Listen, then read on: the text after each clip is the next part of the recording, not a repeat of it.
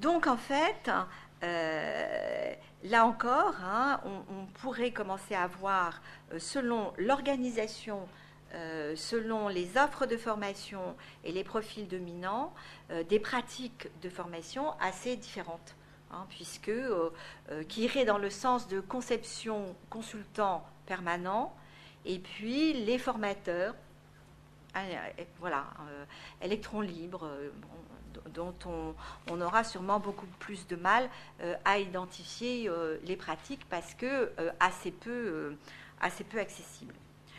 Dernier repérage qui m'a intéressé dans cette affaire, c'est qu'en fait, on s'aperçoit que l'activité de la branche, hein, est pour l'essentiel de la formation intra- ou inter-entreprise, et que la branche professionnelle est assez peu, enfin les organismes de la branche professionnelle sont assez peu impactés par le conseil, l'audit, les études, 29% seulement, hein, 92% formation intra-entreprise, 29% seulement autour d'activités de conseil, audit, études, bilan de compétences, accompagnement VAE, 19%. Ce qui laisserait quand même entendre, là encore, un clivage important entre la branche professionnelle professionnalisée, identifiée, qui fait de la formation intra- ou inter-entreprise, et puis le reste, hein, tout ce qui est des tendances repérées, VAE, bilan de compétences, accompagnement, etc., qui échappent aux professionnels de la formation et qui relèvent de professionnels maillés avec d'autres secteurs d'activité.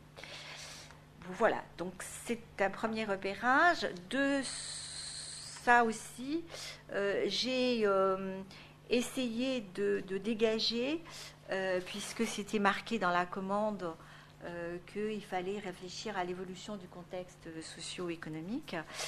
Donc j'ai essayé de voir quels étaient les facteurs d'évolution, hein, par rapport à cette étude, quels étaient les facteurs d'évolution possibles des pratiques par rapport aux familles de métiers. Donc ce qui m'a semblé, moi, impacter, hein, ce secteur, c'est tout ce qui concerne la sécurisation des parcours, notamment avec la mise en œuvre de la certification. Ce qui me semble aussi impacter les pratiques, c'est l'affichage du retour sur investissement. Hein, les commanditaires veulent savoir à quoi ça sert, la formation. Ce qui m'a paru également impacter le secteur, c'est la rationalisation des process. Avec, dans l'organisation, dans l'étude, ils arrivent à 6 grandes familles de métiers, en signalant d'ailleurs qu'il y en a 2 nouvelles, qui sont la commercialisation de la formation et tout ce qui concerne la gestion administrative, logistique et financière de la formation. Donc, c'est pas par hasard, puisque un facteur fort d'évolution, c'est la rationalisation des process. Alors, rationalisation des process, on trouve cahier des charges, achat de la formation, fidélisation des prestataires, évaluation qualité, gestion. Et ce qui me semble aussi intervenir sur les pratiques dans cette catégorie de rationalisation, c'est tout ce qui concerne la traçabilité des activités. Il y a un temps fou qui est passé sur Excel à faire du reporting. Et apparemment, une autre dimension, c'est tout le temps passé à la commercialisation de la formation.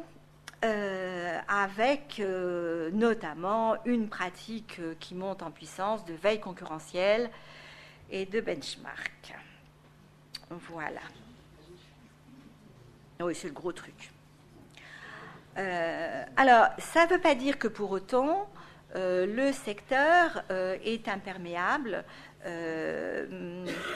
à ce qui se passe dans le monde intellectuel de la formation. Donc, on trouve trace d'un intérêt pour les démarches innovantes. Alors, c'est assez intéressant de voir que, en fait, il y a une commande d'innovation, mais comme il n'y a jamais les sous pour, ça se transforme assez généralement par... mais enfin, ils sont intéressés. Hein. Ils sont intéressés. Bon... voilà, il est question de formation-action, il est question de formation intégrée au travail. Enfin, et les communautés de pratique sont devenues une espèce d'attracteurs étranges et inquiétants parce qu'ils ne savent pas ce que c'est, mais ça les intéresse bien quand même, cette communauté de pratique.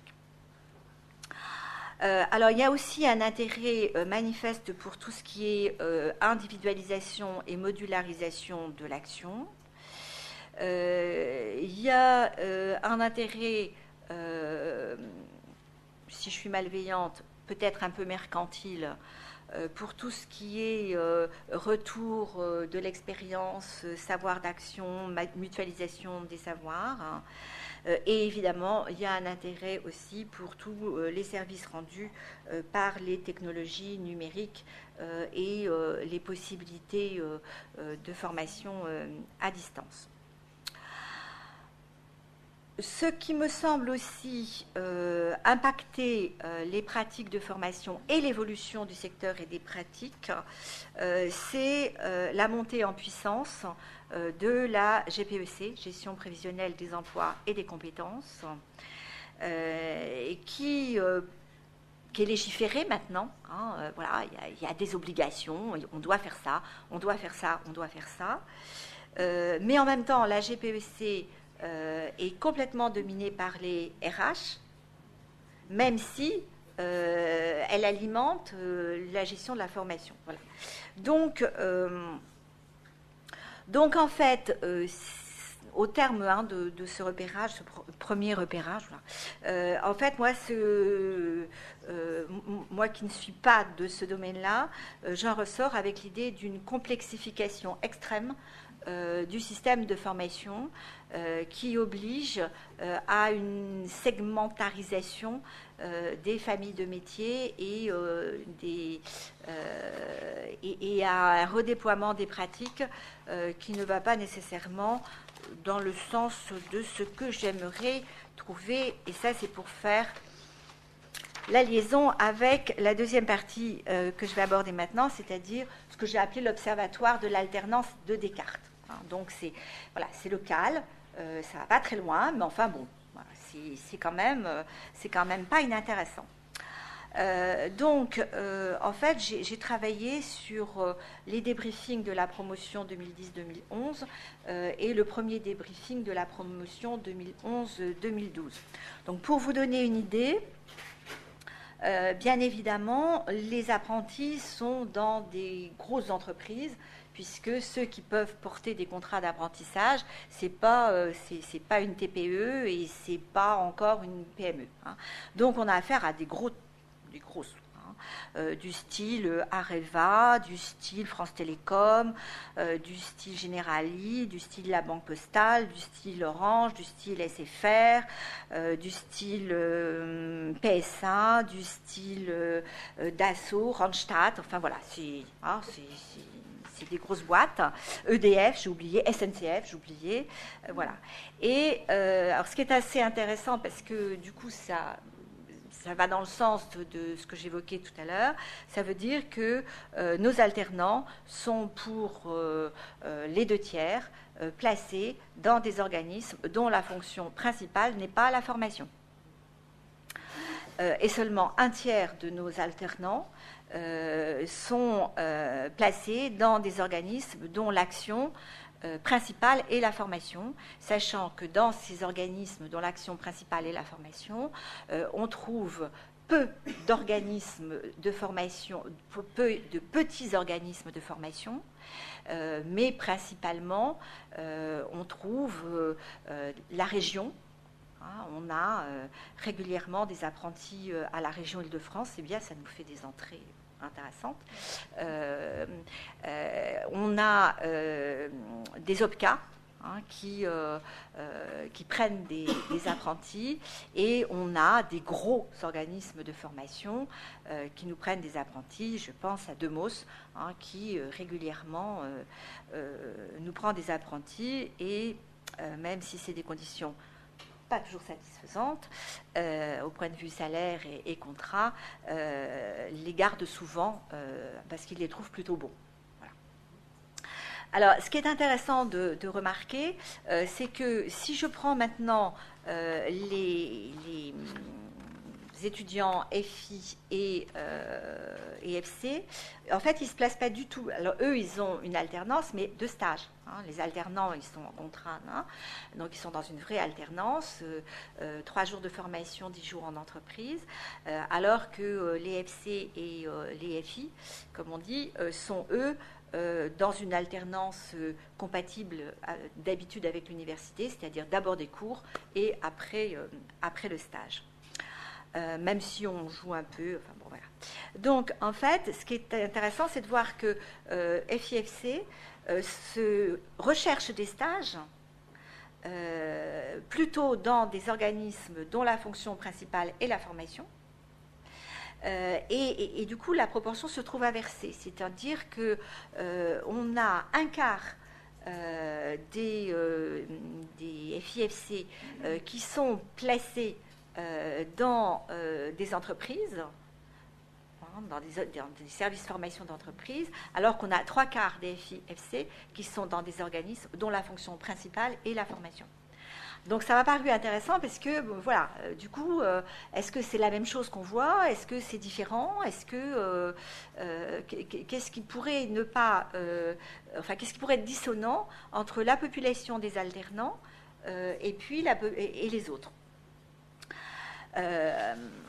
Donc, c'est ce que je vais essayer de dire. Alors, si je prends les débriefings, en fait, ce qui ressort, c'est que donc les débriefings, c'est les alternants.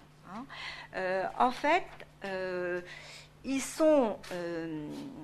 ils exercent leurs activités dans des pôles formation, sachant que ces pôles formation sont la plupart du temps un sous-ensemble, une sous-entité de l'ARH.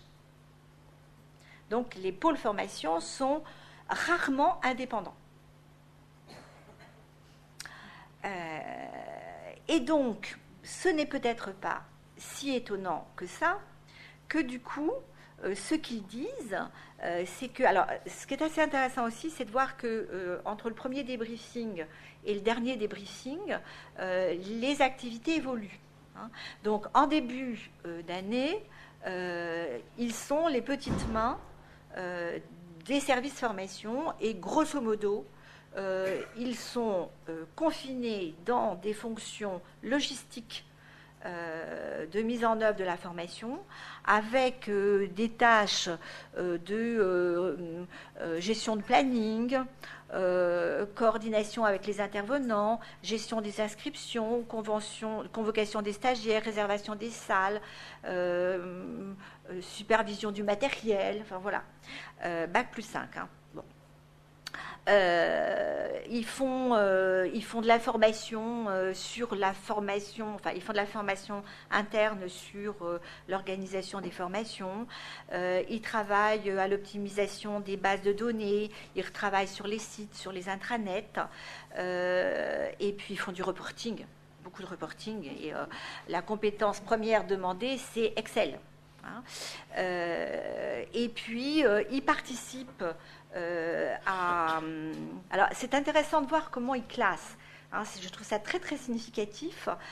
Dans le débriefing, sous l'étiquette logistique et suivi de la formation, ils indiquent suivi du recensement des besoins de formation.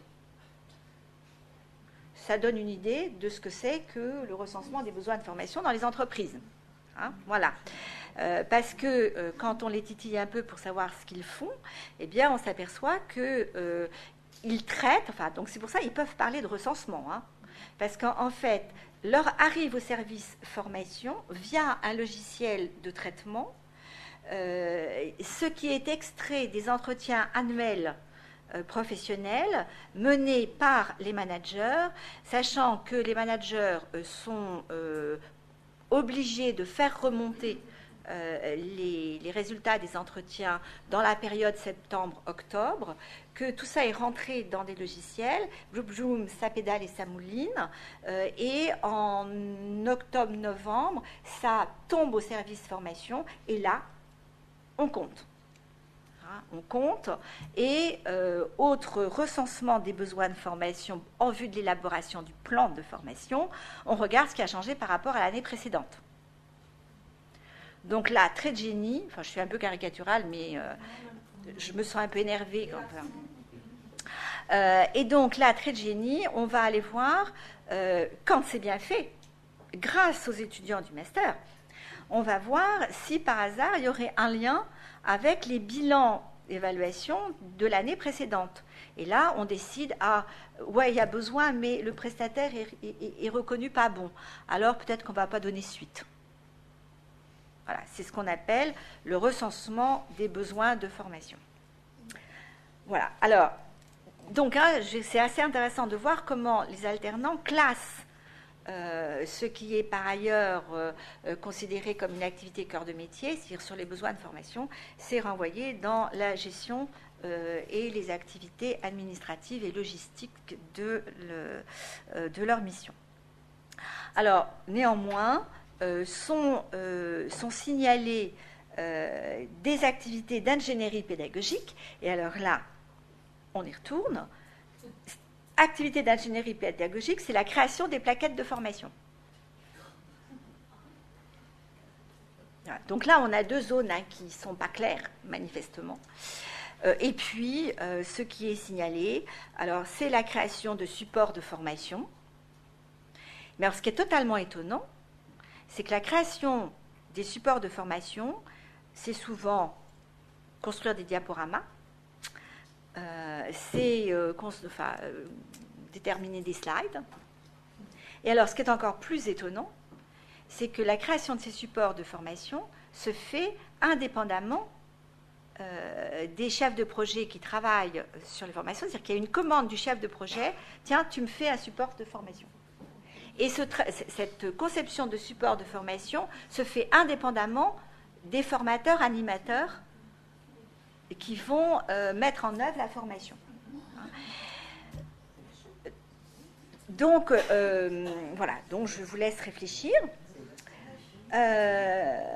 Alors, bon, il y a quand même, enfin, il y a aussi de signaler des activités dans la conception qui relèvent des formations e-learning, hein, c'est-à-dire que là, on leur demande soit de concevoir un e-learning. Alors, ce qui est assez étonnant, c'est notamment étudié de près par une étudiante dans son mémoire, enfin même pas, 3 semaines après son arrivée au pôle formation e-learning chez SFR, pour ne pas nommer, mais ça pourrait être chez Orange, hein, c'est à peu près pareil.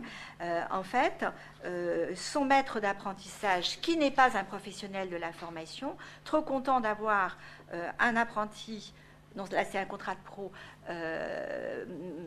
professionnel ou en junior de la formation ou en cours de devenir, lui confie la création d'un e-learning.